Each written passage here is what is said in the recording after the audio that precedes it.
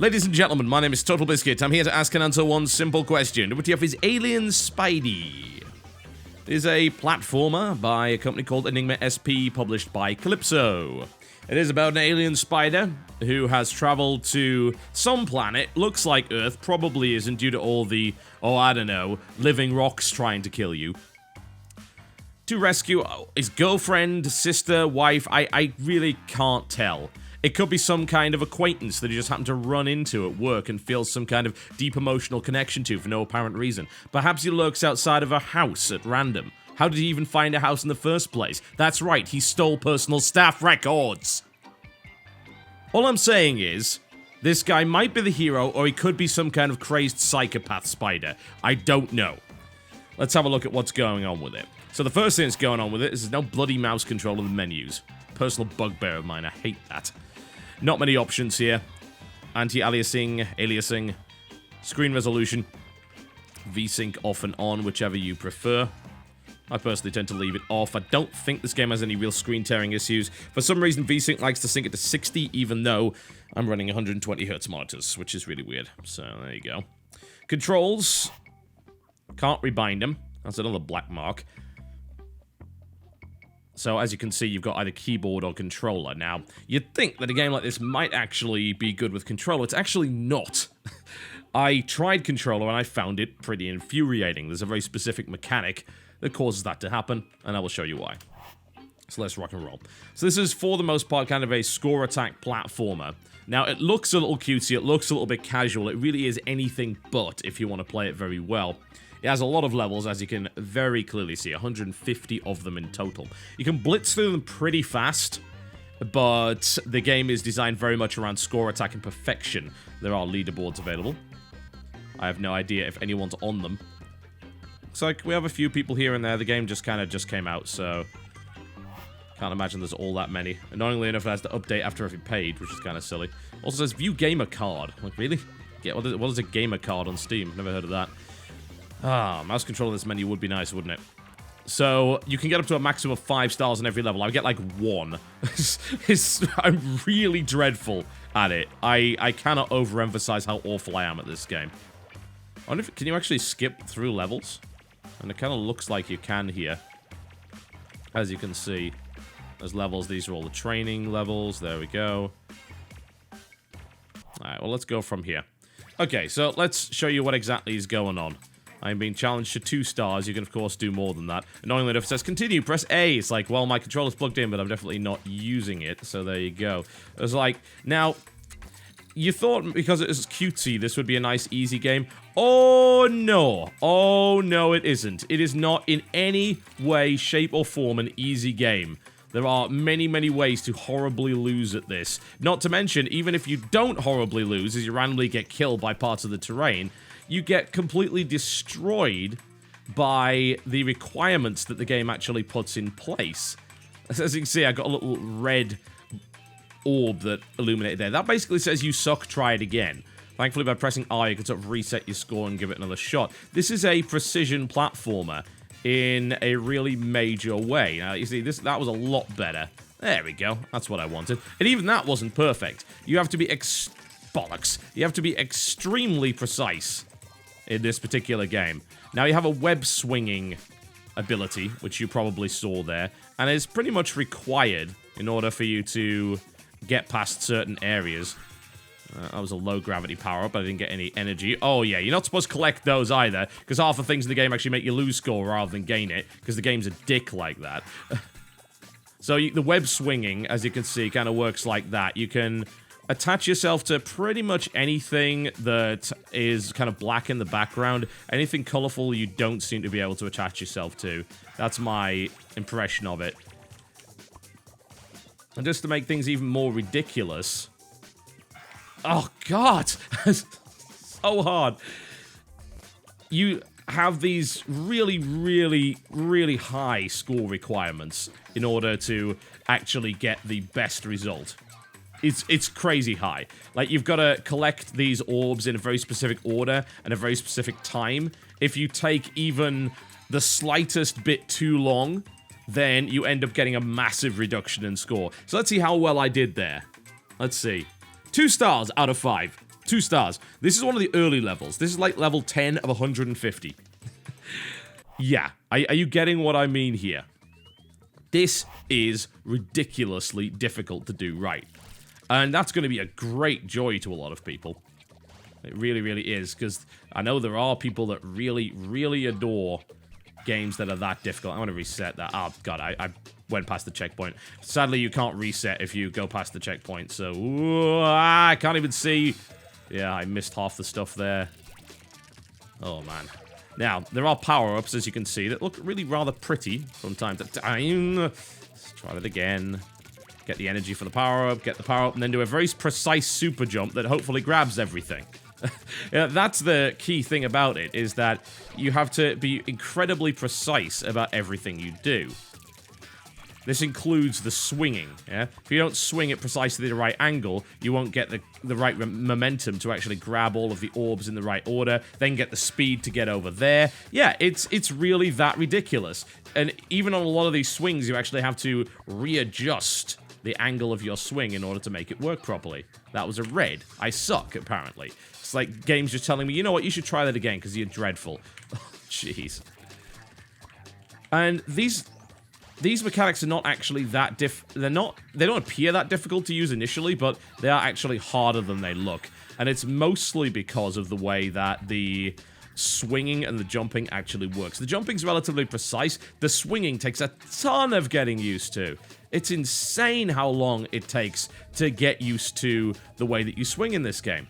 It's kind of worm style, like Ninja Rope, but I'm having a great deal of difficulty nailing it down properly. Funnily enough, when I started using the controller, I was having a lot of problems with it because the controller doesn't show up a little crosshair as to where your rope is actually going to land, and as a direct result, it ends up causing you a bunch of problems because you attach to the wrong thing, or you miss your swing entirely and die, and so on and so forth. At least with the mouse, you can actually see, but even then, getting the angle right is really, really difficult.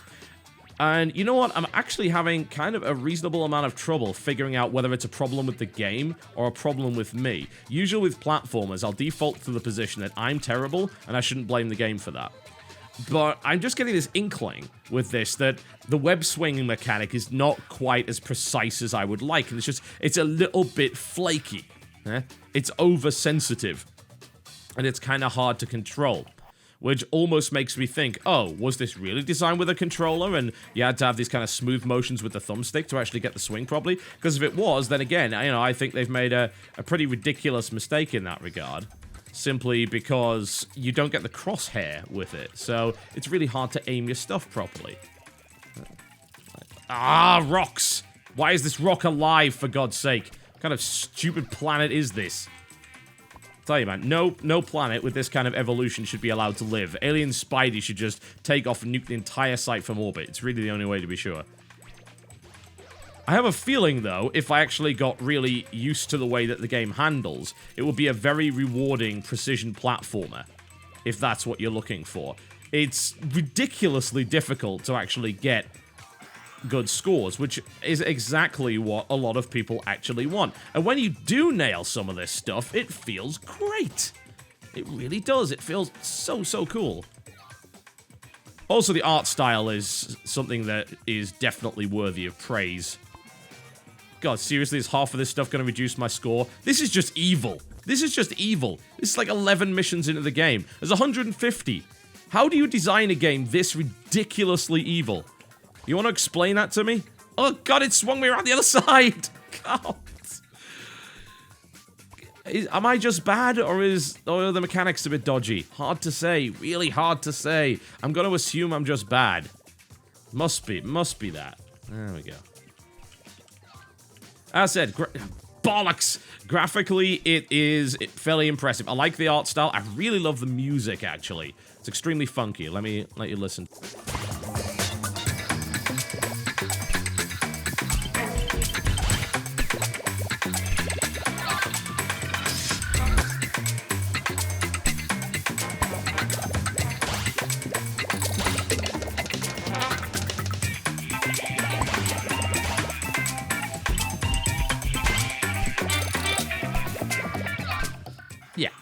as you can see, pretty awesome music in my honest opinion here.